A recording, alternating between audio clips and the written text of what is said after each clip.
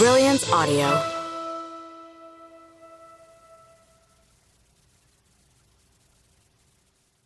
Mourning in This Broken World by Katrina Kittle. Performed by Crystal Hammond. Vivian stared at the 5 amber pill bottles before her on the Formica kitchen counter. Well, what was she waiting for? She had enough pills, but did she have enough guts? She'd been too afraid to do a computer search when she considered helping Jack die. Her handsome, smart-ass Jack. She'd stockpiled these painkillers from various procedures throughout the years. Her hysterectomy, Jack's rotator cuff surgery, her trigger thumb surgery.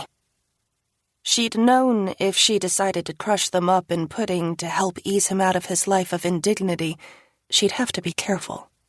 There could be no search history in case there was an autopsy. She hadn't known. Did they do autopsies on Alzheimer's patients? But Jack had passed, on his own. Her sharp sorrow had been mixed with relief that his confusion and pain were over. And 2 days after he was gone, she'd finally researched. How much oxycodone will kill a person? She had enough. These pills sang to her. For the month since he'd passed, through the blur of writing an obituary, planning his service, ordering death certificates, and making the 1,000 phone calls about life insurance, long-term care insurance, and Social Security, the 5 pill bottles hummed a siren song to her. From their Ziploc bag inside the canister of cornmeal she never used. There wasn't even a working stove or oven in this assisted living apartment.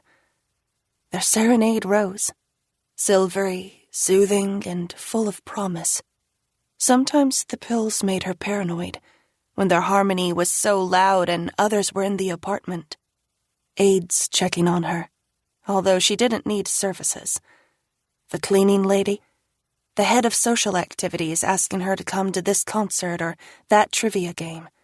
The director herself wondering if Vivian might like to return to the independent living dining room rather than eating alone in her apartment again. Vivian would tilt her head and study their faces. Did they truly not hear it? Were they just pretending? What was stopping her, really? The love of her life was gone. The home they'd created together, their castle, their oasis, now for sale. Their daughter, their only child.